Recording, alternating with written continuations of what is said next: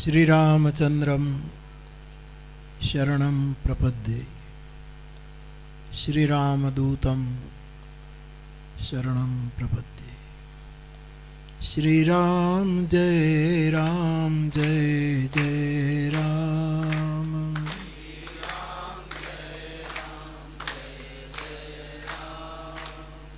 श्रीराम जय राम जय जय राम।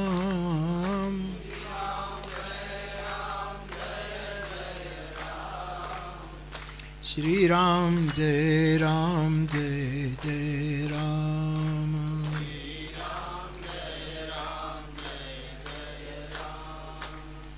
मंगल भवन अमंगल हारी मंगल द्रवहु सो दशरथ अजीर बिहारी।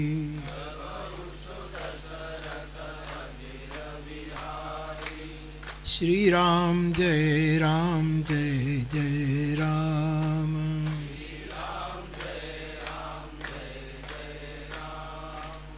जय जय जय हनुमान गोसाई।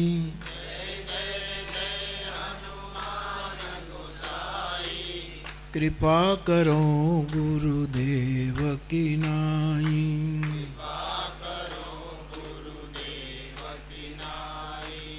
श्री राम जय जय राम।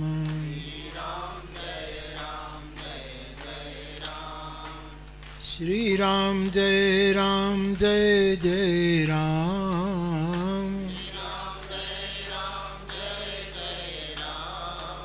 श्री राम जय जय राम।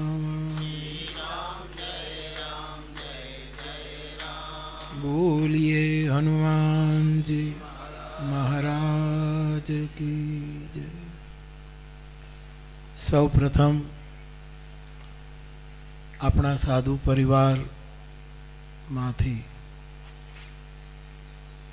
जेमणे विदाय लीधी अने जेमनी समाधिना स्मरण में आ मंडपनु आयोजन थयुं छे ए समाधिस्थ साधु चेतनाओं ने मारा प्रणाम। त्यार पछी गोंडलिया परिवार जेमणे आ मंडपनु आयोजन कर्युं ए समग्र परिवार ने पण साधुवाद अने मारा प्रणाम। पछी हमणां ज 3 मिनिट पहला जेमने महंताई अर्पण थई छे वावड़ी महंत अमारे प्रभुदासजी बापू एमनो आ परिवार अने एमने अत्यारे बधा साधु संतो वती महंताईनु तिलक थयुं, चादर विधि थई। ए नवनियुक्त महंत बापू ने मारा प्रणाम। भाई ने पण प्रणाम, परिवार ने अने परिवारजनों ने पण मारा प्रणाम। मंच पर उपस्थित साधु समाजना सौ पूज्य वडीलो, अपना महुआना सक्रिय धारासभ्य अने परिणाम लाववा सुधी सतत काम करनार एवा शिवाभाई गोहिल, डॉक्टर साहब, मारा समाजनी सौ बहनों दीकरीओ माताओ वडीलो, माळवाव गाम गामना सौ भाई बहनों, बापूना सती सेवक जे होय ते ए बधाने मारा प्रणाम। जय सियाराम। मने तो खबर न होय पण मने कह्युं के आ स्कूल में प्रोग्राम से आनु उद्घाटन मैं करेलुं छे।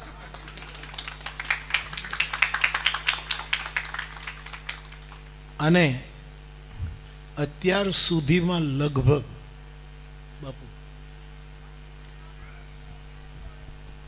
मैं अयोध्याना प्रयागना साधुओं ने विनंती करी होय अने आपड़ा रामपराना રાજેન્દ્રદાસ બાપુ,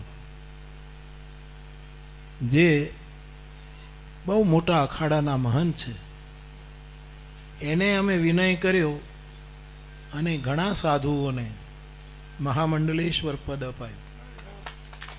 એમાં વાવડી મહંત બાપુ એમને પણ અપાયું. સૌ પહેલાં તો વસંત બાપુને અપાયેલું અખેગઢ. પણ એ મહંત પદ એ બધા મહાપુરુષો, એ મહામંડલેશ્વર પદ એ મહાપુરુષો આપે, હું એમાં સાક્ષી હોઉં. પણ કદાચ આ પહેલો પ્રસંગ છે કે જેમાં મેં કોઈને મહંત બનાવ્યા. શંકરાચાર્ય ભગવાન કહે છે, સંતો મહાંતો વસંત ઇવ ચરિત. જેમ બાપુએ કહ્યું કે નવનિયુક્ત મહંત બાપુ વાવડી મંડળની પ્રભુદાસ બાપુની જે યશકીર્તિ છે એને વધારે ને વધારે રચનાત્મક કામો કરે,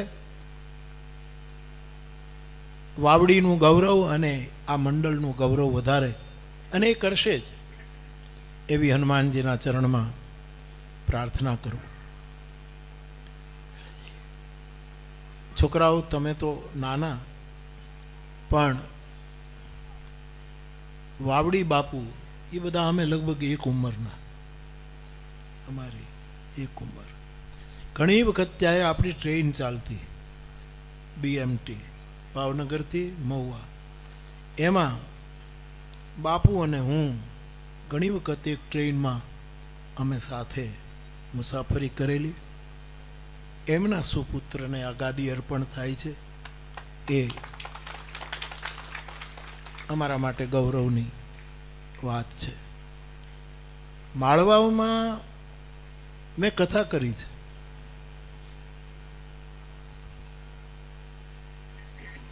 એક કથા તો મણિરામ બાપુની હતી, અખેગઢ બાપુ. અને મણિરામ બાપુનું એવું વ્રત હતું, એ હાથે રસોઈ કરતા. કથાઓ 2 વખત ચાલે, હાથે રસોઈ કરે. હું ત્યારે સ્કૂલમાં શિક્ષક, તલગાજરડા, અરે મહુવામાં, શાળા નંબર 3 ખારને જાપે, ત્યારે શિક્ષક. મણિરામ બાપુએ કેવડાવ્યું કે ભાઈ તું આવીને ટેકો દેવા શનિ રવિમાં, મારી કથામાં ટેકો દેવા આવે. એટલે મને એ વખતે કીધું આપણે શું બાપુને ટેકો આપીએ, પણ કાકાનો આદેશ હતો મણિરામ બાપુનો, એટલે મેં ભીખારામ કાકાને સાથે લીધા. મેં કીધું ટેકામાં એક કરતાં 2 ભલા. એટલે અમે ગયા, 2 દિવસ રોકાયા. ત્યારે બાપુની વ્યાસપીઠ ઉપર બેસીને વચ્ચે વચ્ચે ટેકો આપવા માટે હું માળવાઓમાં 2-3 દિવસ રોકાયો. પછી માળવાને ગમી ગયું, એટલે માળવાના વડીલો મણિરામ બાપુ પાસે ગયા કે બાપુ તમે હાજરી આપજો, તમારી આગેવાનીમાં તમારા આશીર્વાદ, અને અમને મોરારી બાપુની એક કથા કરાવી દો. અને મારી પાસે આવ્યા અને મેં મુહૂર્ત આપ્યું. ભીખારામ કાકાને મેં સતત સાથે રાખ્યા. અને સોંડાભાઈ ખરક મેડી હતી, નીચે ડેલો, ઉપર મેડી, એમાં અમારો ઉતારો હતો. અને એક કોળી ભગત હતા, એનું નામ ભૂલી ગયો, એ રામાયણની ચોપાઈ બોલતા, સત્સંગી હતા. અને એ બાપા ધોતી પહેરતા અને જાડી કફની પહેરતા, એ બાપા. ટૂંકમાં આ ગામ સાથે રામકથાનો સંબંધ છે. અને અમારે સાધુને તો કાં તો રામ નામનો સંબંધ હોય, કાં તો રામકથાનો સંબંધ હોય. આ સિવાય બીજો કયો સંબંધ? સોંડાભાઈ હવે છે, એના દીકરાને એ બધા હશે, પણ એની મેળી ઉપર જ્યાં બધા કબીરપંથીઓ બધા ભેગા થતા, એવું બધું અમને બહુ અનુભવ થયેલો. પછી એ કબીરપંથી બધા સત્સંગ કરે, કોઈ પણ માર્ગે લોકો સત્સંગ કરે ને સાહેબ, પછી નીચે બધા ભેગા થાય, હું ભીખારામ કાકા નીચુભાઈ ઉપર મેળી ઉપર. પણ ભીખારામ કાકા કે આપણે એ સત્સંગમાં જવાય? મેં કીધું કાકા પૂછવું પડે, એમાં આપણો પ્રવેશ હોય, એમાં સૌની પોતાની રીત હોય, સીધી વાત છે. એમને કંઈ આપણે ખાવ ન જવાય. એટલે આ બધા બહુ આનંદના પ્રસંગો. પછી એ લોકોએ ના પાડી. બહારથી બધા આવેલા, સોંડાભાઈને ત્યાં મહેમાન થયેલા, સોંડાભાઈનું ઘર સાધુનો ઉતારો, એ બધાને બેસાડ્યા. ભીખારામ કાકા તો પછી રહી ન શકે, મને કે હું જાઉં. હું કાકા જવા દો ને, આપણે અહીંયા નહીં. કેમ ને, આપણને કેમ અંદર પ્રવેશ ન મળે? રામાનંદ સ્વામી કોણ હતા? સાધુ તો હતા. એની પાસેથી દીક્ષા લીધી છે કબીર સાહેબ. તો જાઓ. ગયા ને સત્સંગ બંધ કરી દીધો, કારણ કે એમાં અધિકારીને જ પ્રવેશ મળે. પછી બધા ચૂપ થઈ ગયા. પછી ભીખારામ કાકા કે તમે કાંઈ ન બોલો તો હું બોલું.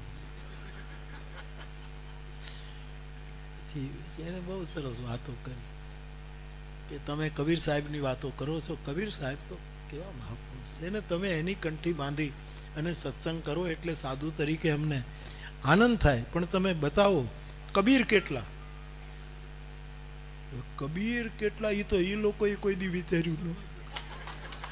બધા એકાબીજાની સામું જોવે કે આ ક્યાંથી? હું ને ઈસુભાઈ હસીએ કે આ કાકો લાવ્યો ક્યાંથી કબીર આટલા?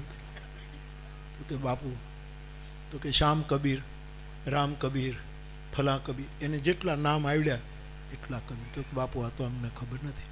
તો પછી એની રીતે તો આ પછી આશીર્વાદ આપ્યા. એટલે આ માળવાવ ગામની સાથેના ઘણા સંસ્મરણો છે. હમણાં જ હું નીકળ્યો, આમ જતો હતો. ક્યાં જતો હતો? હા, કાટકડા. કાટકડા અમારા એક કોઈ ભાઈ મને કહેતા હતા, તો રામકથાનો સંબંધ અને સાધુના ખોરડાનો સંબંધ. એટલે બાપુ 2-3 વખત આવ્યા. મારી પાસે સમયનો અભાવ હોય, પણ આ દિવસ એમણે સ્વીકારી લીધો. આજે મેં 2 મંડપ કર્યા. એક રોયલમાં, હું હિમાલયમાં હતો બપોરના 12 સુધી, 12:30 સુધી, અને ત્યાંથી સમયસર, એટલે થોડુંક મોડું થયું અહીંયા પહોંચતા, કારણ કે રોયલના મંડપમાં હાજરી આપી. પછી અને મોગલમાના ઉત્સવમાં પાછું મારે અહીંથી ભગોડા જવાનું. પણ રામાયણમાં એમ લખ્યું છે કે આ સાધુ સભા છે. મેં હમણાં રોયલમાં પણ કીધું, આ કેવલ ધર્મસભા નથી. સાધુ સભા એટલે કેવલ ધર્મસભા નહીં, પણ પરમ ધર્મસભા. આ પરમ ધર્મસભા એટલે ધર્મસભાનું નામ જરાય પહેલું ન થવું જોઈએ. ઉત્તમ સભા છે, અને જ્યાં જાય ત્યાં ધર્મસભા શબ્દ પવિત્રમાં પવિત્ર. પણ આપણા સાધુઓનું જ્યારે આવું પ્રસંગ હોય ત્યારે એને હું સાધુ સભા કહું છું. ત્યારે તુલસીદાસજીએ રામચરિતમાનસમાં એમ લખ્યું છે કે સાધુ સભા બડ આદરતાસુ. આવા માણસો હોય એનું સન્માન સાધુ સભામાં થાય. બીજી સભામાં તો ગમે તેના સન્માન થાય, પણ સાધુ સમાજમાં કોનું સન્માન થાય એ તુલસીદાસજીનો સંકેત છે. સાધુ સભા બડ આદરતાસુ. હમણાં જેમ કહેવાયું કે આમ આ બધા અમારા પરિવારના બેન દીકરીઓ બધી આવી, પણ જેમ એનાઉન્સરજી બોલતા હતા કે શિવાભાઈનું સન્માન કરો, ડૉક્ટર સાહેબનું સન્માન કરો, માયાભાઈનું સન્માન કરો. શું કામ? આ સાધુની સમાજમાં આ બીજા સન્માન શું કામ? પણ સાધુની સભામાં આવા સન્માનો થવા જોઈએ. કોના? ભલે એ સાધુ ન હોય, પરંતુ જેણે પોતાની ક્ષમતા પ્રમાણે સમાજ માટે સાધુને શોભા એવા કામ કર્યા હોય એનું સન્માન છે. માયોભાઈ આહિર છે, પણ સાધુને શોભે એવા કામ કરે. આ મોંગલમાનો કેટલો મોટો ઉત્સવ. આજુબાજુના આખા પંથકમાં બગડાણા બાપુના સેવકો છે, કોટડામાંના સેવકો છે. આજ ભગોડાના કેટલા, હમણાં આટલી બસો લઈ અને બધા જ લોકોને જે કોઈ દિવસ કલ્પના ન કરી શકે એને તો સેવા જ કરવી છે. ભગોડા જઈને કે બગડાણા જઈને કે કોટડા જઈને કે જ્યાં જ્યાં. પણ આટલા બધા, કેટલી બસો હતી? 72 બસ. આટલા હજાર લોકોને જે સેવા કરે એને દ્વારકા ને સોમનાથ ને બધે ફેરવે. આ સાધુ કર્મ છે. આવું કર્મ કરે એનું સન્માન. ઘણા લોકો એમ કહે કે ભાઈ સાધુની સભામાં આ બધા આપતા હશે, કંઈક કોઈક લાણાનું યજમાન બને ને કોઈક શાલોનો યજમાન બને ને કોઈક રસોડાનો યજમાન. અમારે સાધુને તો ગામ જ બધું કરતું હોય ને, ગામની ફરજ છે. આખા જગતનો જે માલિક છે ભગવાન રામ, એની સેવા સાધુ કરે. એ સાધુની સેવા કરવી એ ગામની ફરજ છે. અને તેથી અમારા મેળા મંડપ તો હવે તો અમારા સાધુઓ પણ સક્ષમ થયા છે, ભગવાનની કૃપા છે. પણ ગામ કરે છે ને કરી રહ્યું છે. પણ એ સભામાં સાધુનો મંડપ છે, સાધુનો ભંડ, એમાં બીજા સન્માન શું કામ? પણ થવા જોઈએ એમ રામાયણ કહે છે. જેણે જગત માટે પોતાનો સ્વાર્થ છોડીને જગત માટે કંઈક કર્યું છે એનું સન્માન સાધુની સભામાં ન થાય તો એનું બીજી કોઈ સભામાં થાય એનું એટલું બધું મૂલ્ય નથી જેટલું સાધુ સભામાં. જેણે કંઈક ક્રિએટિવ કામ કર્યા છે, રચનાત્મક કામ કર્યા છે, અંધશ્રદ્ધા નિવારણ કર્યું સ્કૂલોમાં. આ માયોભાઈ બેઠો એટલે આપણે કહેવાનું કોઈ અર્થ નથી, એને ગમે. પણ સાધુનો પ્રોગ્રામ હોય તો આ માણસ એક પૈસો ન લે. તમે કલ્પના કરો. અને આવું જ્યારે હોય કે સાધુના કાર્યક્રમમાં પૈસો ન લેવો તો પછી કોઈ પણ કલાકાર એમ કે ભાઈ હું બહુ બિઝી છું, નહીં આવી શકું. પણ સાધુને પહેલી પ્રાથમિકતા આપે એ સાધુ કર્મની સન્માન છે. ડૉક્ટર સાહેબ છે, શિવભાઈ આપણો ગોહિલ, હાવ સીધો સાદો માણસ, હા માણસ, આમ ધારાસભ્ય જેવું લાગે જ નહીં. હમણાં શરીર થોડુંક સારું થયું છે. આપણે વાવડી પ્રભુદાસ મહંતના મિત્ર છે. એટલે ટૂંકમાં હું કાંઈ ધારાસભ્યનું વખાણ કરવાય નથી કહેતો, મારું એક ક્ષેત્ર પણ કાંઈ પણ તલગાજરડાનું કે આજુબાજુનું કામ હોય તો બાપુ સામેથી કહેજો, અને કીધું હોય એટલે પાછું કરે. હા સાહેબ. અને હું ક્યારેક યાદ અપાવું તો તલગાજરડા આંટો મારીને કંઈક બાપુ હવે થઈ જાઓ. આવા સમાજના પોતાનો સ્વાર્થ છોડીને જેણે જેણે કામ કર્યા એનું સાધુ સમાજમાં સન્માન થવું જોઈએ. ત્રીજું, ગામના ઉત્કર્ષ માટે ગામનો સારો સરપંચ હોય, ગામની સ્કૂલનો એક સારો શિક્ષક હોય, ગામનો એક સારો તલાટી કમ મંત્રી હોય, ગામમાં બ્રાહ્મણોનું ખોરડું બ્રાહ્મણ દેવતા હોય, ગામમાં એક સાચું નિદાન કરનારો સાચો વૈદ્ય હોય, જેણે આખા ગામના ઉત્કર્ષ માટે કામ કર્યું, એના સન્માનો થવા જોઈએ. એ સાધુ સમાજમાં સન્માન પામવાને યોગ્ય છે. અને સાધુનું લક્ષણ રામાયણમાં એમ લખ્યું છે કે સબહિ માન પ્રદ આપું અમાની. જે બીજાને માન આપે અને પોતે નિર્માની રહે. ત્યારે આ સાધુ માળવાના સમાધિસ્થ ચેતનાઓના સ્મરણમાં અમારો સાધુ પરિવાર જ્યારે મંડપ કરે છે ત્યારે આ બધાને સંકોચ થાય કે ભાઈ સાધુની સભા છે એમાં અમારા સન્માન છું, મારે ભાઈ ક્યાં ઉપર આવ્યો. સ્વાભાવિક સંકોચ થાય, પણ થવું જોઈએ. કારણ કે એમણે કંઈક કર્યું છે. કાગ બાપુ એમ કહેતા હતા, ભગત બાપુ, કે સમાજને ઉપયોગી એવું તમે એકાદું કામ પ્રસિદ્ધિની કોઈ પણ ઈચ્છા રાખ્યા વગર, પોતાના સ્વાર્થની કોઈ પણ ઈચ્છા રાખ્યા વગર સમાજના ઉત્કર્ષનું નાના એવું નામ કરી અને તમે હિમાલયમાં જતા રહો તો આ દુનિયા તમને ગોતતી ગોતતી હિમાલય આવશે.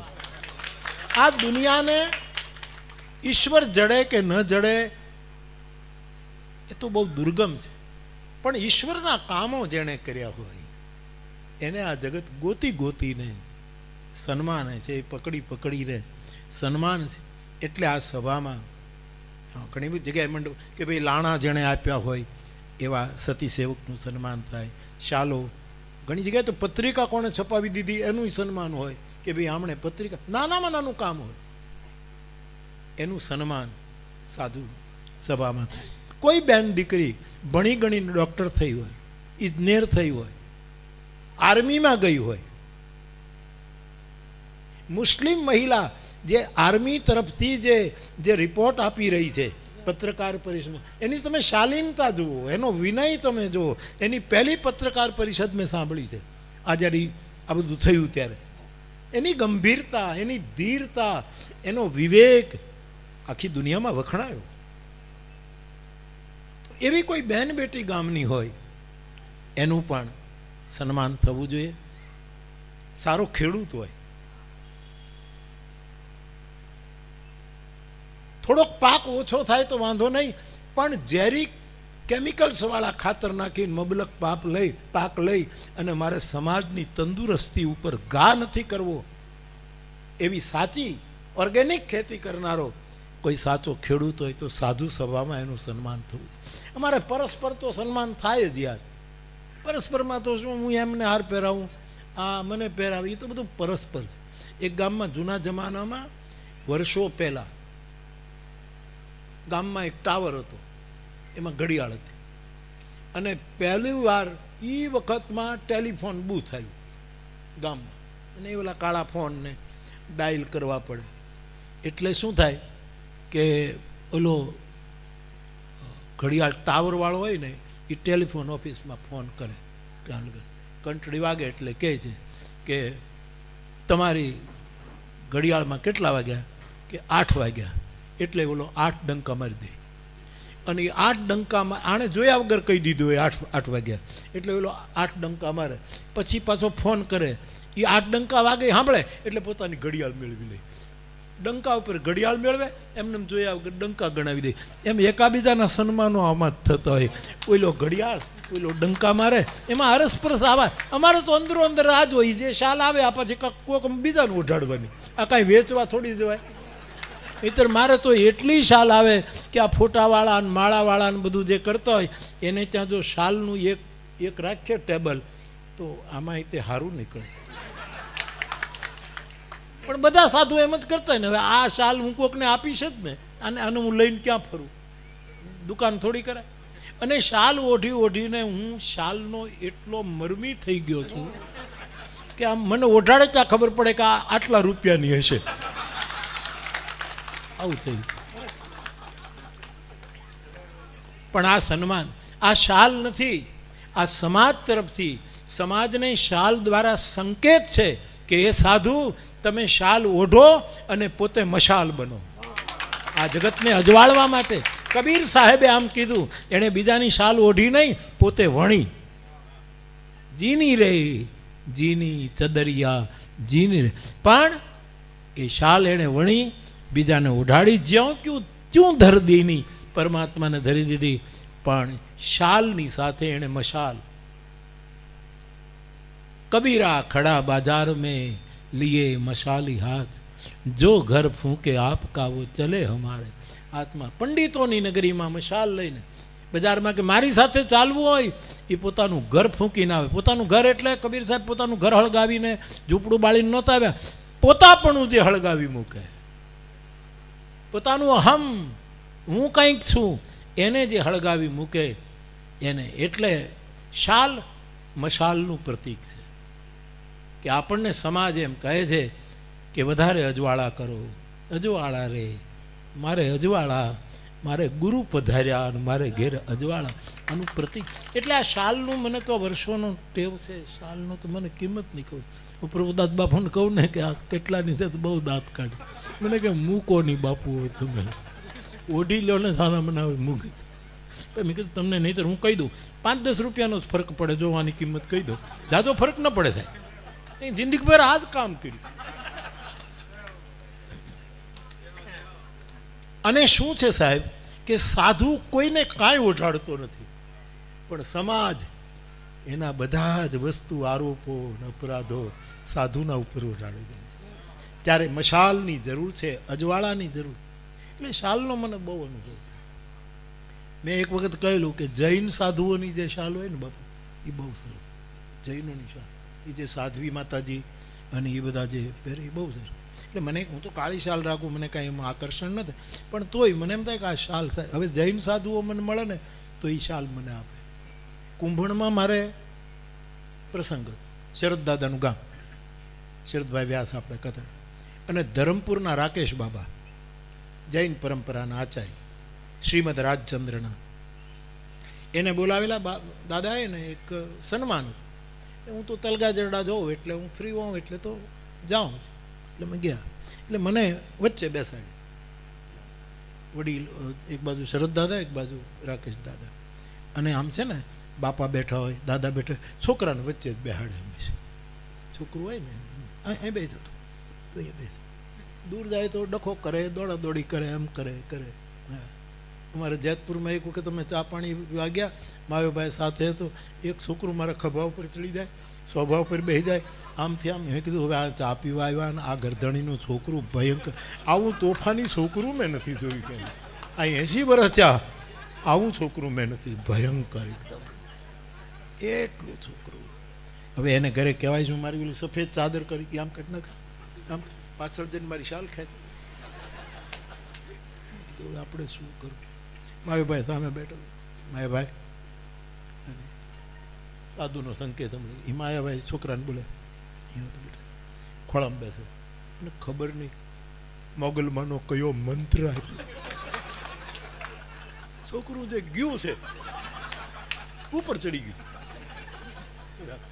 અને કઠોળી પકડીને આમ નીચે જોવે કે ગયા કે મને જાવ કે રોકવાનો વાંધો ને, માયો ભાઈ ગયો કે નહીં એને જોયા કરે.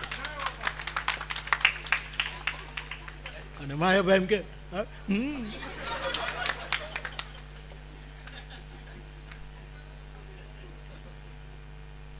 પછી એમ નીકળ્યા. માયાભાઈ મેં કીધું કે શું કર્યું? મને ખબર પડી ગઈ હતી. પણ ગુરુપદ નખ ગણ મની ગણ જ્યોતિ, ગુરુની નખની જ્યોતિ કોઈ બાળ ચેષ્ટા કરતું હોય તો એને હરખો કરી દે, એવો ગુરુ મંત્ર નખથી જે આપ્યો એ અમે ગાડીમાં બેન દરવાજાના બહાર નીકળી ગયા તો છોકરું નીચે ના આવ્યું. એટલે છોકરાને માવતર વચ્ચે બેસાડ્યો, મને વચ્ચે બેસાડ્યો. આ બાજુ રાકેશ બાબા, આ બાજુ શરદ દાદા. અને પછી શાલો સન્માન શરૂ થયું. એનાઉન્સર કહે કે હવે એટલે હું વચ્ચે, એટલે મેં તમને કીધું ને કે શાલો બહુ સરસ હોય, એટલે મારા મનમાં થોડુંક એવું ખરું. તો કે હવે ધરમપુરના જૈન મહાપુરુષ રાકેશ બાબા એનું શાલ ઉઢાડીને સન્માન કરશે કર્યું. પછી આપણા શરદ દાદા એનું મારું નામ બોલે જ નહીં, એટલે પણ હું વચ્ચે ખોડાણો છું, હું મુખ્ય મહેમાન છું. આમ કેમ? કદાચ એને એમ કે બાપુ શાલ લેતા જ નહીં હોય, મને આપે. એટલે મને વિચાર થાય કે એનાઉન્સર ભૂલી ગયા, નામ ભૂલી ગયા કે એના મનમાં શું હશે, અને શાલ મને ઉડાડતા નથી. એટલે મારા મનમાં હું વિચાર કરું કે હે મોરારી બાપુ ધીરજ રાખો, 900 કથા કરીને દુનિયાને ધીરજ રાખો, ધીરજ રાખો, ધીરજ રાખો. માથા ફોડી નાખ્યા બધાના. અને તમે ધીરજ નથી રાખતા, શાંતિ રાખો ને. તમે જગતને કહો છો ધૈર્ય કંથા, ધૈર્ય કંથા, આવું મોટું સૂત્ર આપો છો. સાધુ તારી શાલ ધૈર્ય છે, તારી ગુદડી ધૈર્ય છે, તારી પાઘડી ધૈર્ય છે, તારું તિલક ધૈર્ય છે, તારી ચાંખડી ધૈર્ય છે, તારા ખોભા ઉપર રહેલું રામ નામનું ધૈર્ય છે, તારો બેરખો ધૈર્ય છે, તારી માળા ધૈર્ય છે. તો હું મારી જાતને સમજાવું કે ભાઈ મોરારી બાપુ ધીરજ રાખો ને, આમાં કાંઈક હશે, થઈ જશે. અને પછી 15 મિનિટ મેં ધીરજ રાખી અને જે ચમત્કાર થયો. એનાઉન્સર બોલ્યા હવે શરદ દાદા અને રાકેશ બાબા બે એક એક શાલ મોરારી બાપુને ઉડાડશે. ધીરજ રાખીને તો 2 મળી, 2 મળી. એટલે શાલનો મહિમા છે. પણ આની પાછળ એક સંકેત છે કે સાધુઓએ અજવાળા કરવાના. મશાલ થઈને જગતના ટીકા ટિપ્પણી વિરોધની વચ્ચે પણ એને અંધારા ન કરાય, એને અજવાળા જ કરે. અને એક સાધુ તો આપણે જે પંથકમાં માળવા આવે છે, ગોપનાથનો એક સાધુ નાગર બ્રાહ્મણ નરસિંહ મહેતાએ તો મશાલ લઈને હાથ બાળી નાખ્યો હતો. સાહેબ રાસ જોવા હોય એને પંડને બાળવું પડે ત્યારે રાસમાં પ્રવેશ મળે. એવું સાધુ પણ, એવા સાધુ સભામાં બધાના સન્માન થવા જ જોઈએ. અને એ થઈ રહ્યું છે. આવું તો એ માનસમાં તો આવી ચોપાઈઓ છે, પણ એટલો બધો સમય નથી કે કોનું સન્માન. પુત્રવતી જુવતી જગસોઈ, જગતમાં દીકરાવાળી માં એ છે કે જે રામનો ભક્ત હોય અને રામનો જે ભક્ત હોય એનું બીજી સભામાં નહીં પણ સાધુ સભામાં સન્માન થવું જોઈએ. મન વચન કર્મથી જગતમાં જેણે કઠિન ધર્મ સેવા છે એ સેવા પરાયણતાનું વ્રત લીધું હોય એ કોઈ પણ માણસ હોય એનું સાધુ સભામાં સન્માન થવું જોઈએ. જેમણે કુરબાની આપીને પોતાના પરિવારને એક તરફ કરી અને આખા જગતને પોતાનો પરિવાર સમજી અને પરોપકાર કર્યો હોય એનું સન્માન થવું જોઈએ. પુરાના કાળમાં તો સાહેબ આ સન્માનની જે વાતો છે એના સંદર્ભો આપને કહું તો બહુ લાંબુ પ્રવચન થાય, પણ ત્યાં સુધી કહેવાયું કે જેના ખેતરમાં કૂવાનું પાણી ખૂબ ઊંડું તળ હોય અને બહેનો દીકરીઓ ઘડો લઈ અને કૂવાને કાંઠેથી પાણી ભરી લે એટલું ઊંચું પાણી હોય, આટલું બધું ઓવરફ્લો થતું હોય કૂવામાંથી પાણી, અને એ ખેતરનો માલિક પોતાના કૂવાના પાણીમાંથી ટેન્કર ભરીને પાઇપલાઇન ગોઠવીને જેના ખેતરમાં પાણી ન હોય એના ખેતરમાં પાણી પાય એનું સન્માન થવું. સુકાણા રે હાડ પાડોશીના બાળને મોઢે તું કાંઈક મુઠ્ઠી ચાણ નાખતો જાજે, તને દીધું હોય તો દેતો જાજે, આપ્યું હોય તો આપતો જાજે. એવું સાધુ સભામાં જે સન્માન થાય એનું વિશેષ મહત્વ છે. તો બાપુ અમારો સાધુ પરિવાર એમના આ મંડપના કાર્યમાં જેણે જેણે સેવા કર્યું હોય, તમારે કોઈ સન્માન લેવું ન હોય, પરંતુ એ સાધુ સમાજના એક બાળક તરીકે મોરારી બાપુ તમારા બધાનું સન્માન કરે છે કે તમે સાધુ સભાનું. અને જ્યારે જ્યારે ગામના બ્રાહ્મણનું, સાધુનું, ગોસાઈ સમાજનું, રામાનંદી સમાજનું ક્યારેય સત્કર્મ હોય તો ગામે પડખે ઊભું રહેવું એ એનું કર્તવ્ય છે.